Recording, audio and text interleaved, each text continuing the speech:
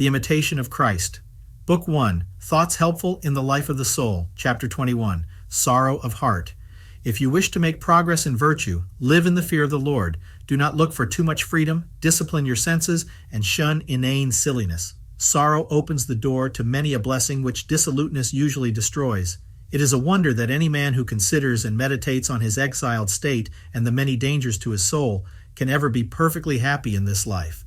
Light-hearted and heedless of our defects, we do not feel the real sorrows of our souls, but often indulge in empty laughter when we have good reason to weep. No liberty is true, and no joy is genuine, unless it is founded in the fear of the Lord and a good conscience. Happy is the man who can throw off the weight of every care and recollect himself in holy contrition. Happy is the man who casts from him all that can stain or burden his conscience. Fight like a man.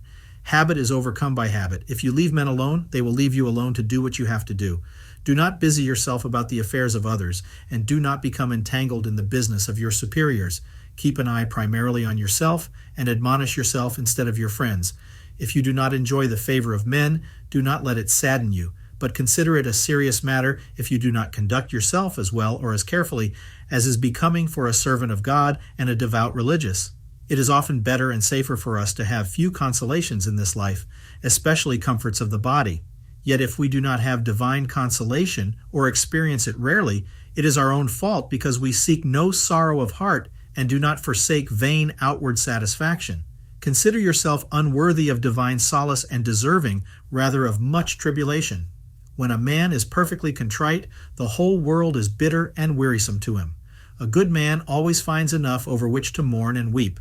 Whether he thinks of himself or of his neighbor, he knows that no one lives here without suffering, and the closer he examines himself, the more he grieves. The sins and vices in which we are so entangled that we can rarely apply ourselves to the contemplation of heaven are matters for just sorrow and inner remorse. I do not doubt that you would correct yourself more earnestly if you would think more of an early death than of a long life.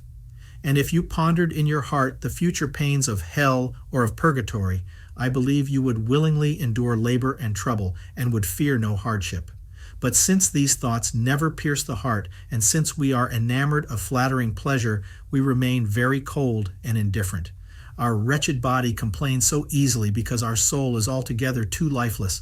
Pray humbly to the Lord, therefore, that he may give you the spirit of contrition, and say with the prophet, "Feed me, Lord, with the bread of mourning, and give me to drink of tears in full measure." Ave Maria Stella